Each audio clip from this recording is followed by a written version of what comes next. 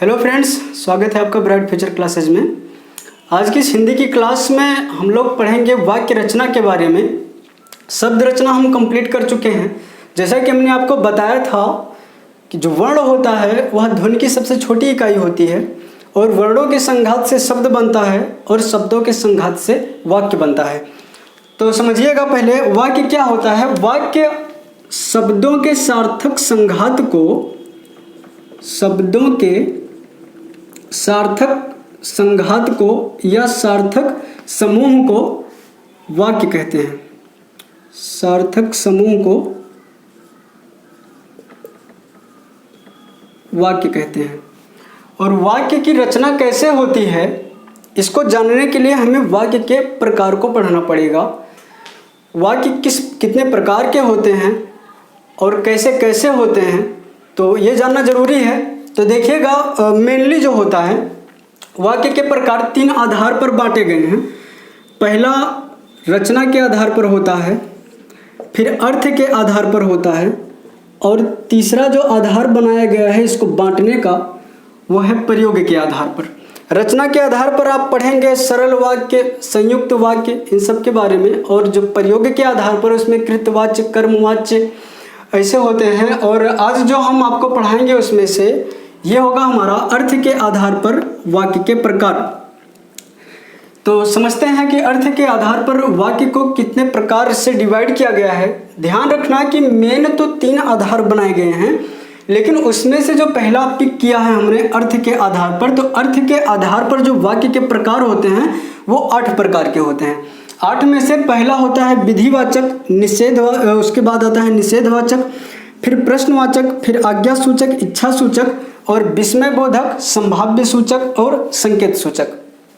तो समझना कि विधिवाचक किसे कहते हैं। विधिवाचक वाक्य वे वाक्य होते हैं जो सकारात्मक भाव उत्पन्न करते हैं, या जिन वाक्यों को पढ़ने पर सकारात्मकता का भाव आए उसको विधिवाचक कहते हैं। जैसे कि हमने कह दिया कि राम जा रहा है, एग्जाम्पल हमने दे दिया आपको, राम जा रहा है, तो ये क्या है, एक सकारात्मक वाक्य है और भाव भी क्या है, सकारात्मक है। तो इस वाक्य को अगर आपसे पूछता है यह कैसा वाक्य है, तो आप कहेंगे विधिवाचक है। दूसरा है निषेधवाचक। निषेध का मतलब होता है मना करना। निषेध का मतलब होता है मना करना। जिस वाक्य में कहीं प्रतिबंध का या किसी मनाही का भाव उत्पन्न हो, वहाँ पे क्या होता है, निषेधवाचक वाक्य होता है। जैसे हमने आपको कह दिया एक उदाहरण कि यहाँ मत खेलो, यहाँ मत खेलो, तो एक तरीके से क्या है, इसमें एक मनाही की जा रही है कि यहाँ मत खेलो। तो जब मनाही की गई तो भाव कैसा हो गया, निगेटिव आ गया, तो ये वाक्य कैसा हो जाएगा, निषेधवाचक हो जाएगा। ऐसे ही प्रश्नवाचक, ऐसे वाक्य जिन वाक्यों से प्रश्न किया जाता हो, जिसमें प्रश्न का भाव हो, उसको क्या कहेंगे, प्रश्नवाचक कहेंगे। तुम्हारा नाम क्या है, ऐसे कोई पूछा कि तुम्हारा क्या नाम है, तो ये एक प्रकार का प्रश्न है जो आपसे पूछा गया, तुम्हारा क्या नाम है। तो यहाँ से क्या हो रहा है, प्रश्न का बोध हो रहा है, तो वाक्य प्रश्नवाचक हो जाएगा। ऐसे ही आज्ञासूचक। आज्ञासूचक का मतलब होता है जब किसी वाक्य से आदेश का भाव पैदा हो। जैसे हमने कहा, आदेश दिया आपको, यहाँ से चले जाओ, यहाँ से चले जाओ, तो भाव कैसा है, आदेश का है। जब आदेश का भाव है तो कैसा वाक्य हो जाएगा, आज्ञा सूचक हो जाएगा। इच्छा सूचक देखिएगा कैसे वाक्य इच्छा सूचक होते हैं। जैसे जब आप किसी की जन्मदिन की पार्टी में जाते हैं, किसी की विवाह में जाते हैं, या किसी की जो है खुशियों में शामिल होते हैं, तो आप उसको बधाइयाँ देते हैं। जो आप बधाइयाँ देते हैं अपनी इच्छा से देते हैं, तो ऐसे वाक्य क्या होते हैं, इच्छा सूचक होते हैं। जैसे आप कहते हैं कि आपका बच्चा जुग जुग जिए, आपको दीर्घ आयु प्राप्त हो, आपके जीवन में खुशियाँ आएँ, ये सब वाक्य क्या होते हैं, इच्छा सूचक होते हैं। तो इच्छा सूचक आप समझ गए। आगे चलते हैं विस्मय बोधक। जिन वाक्यों को पढ़ करके, जिन वाक्यों को सुन करके विस्मय का बोध हो, एक आश्चर्य का बोध हो। भाव कैसा होता है? विस्मय आश्चर्य का बोध होता है तो क्या होता है? विस्मय बोधक हो जाता है। जैसे कि एक वाक्य हो गया, इसमें विस्मय बोधक चिन्ह भी लगे होते हैं। अरे तुम आ गए। अगर आपने किसी को देखा अचानक से तो आप क्या कहेंगे? अरे तुम आ गए। तो इसमें विस्मय का बोध हो रहा है, आश्चर्य का भाव है, तो वाक्य कैसा हो गया? विस्मय बोधक हो गया। और ऐसे जब सातवां जो है हमारा सातवां प्रकार संभाव्य सूचक। संभाव्य सूचक, संभाव्य का मतलब ही निकल के आता है संभावना का। संभाव्य का मतलब निकल के आता है संभावना का, जिसमें संभावना व्यक्त की जाए, वैसे वाक्य क्या होते हैं? संभाव्य सूचक होते हैं।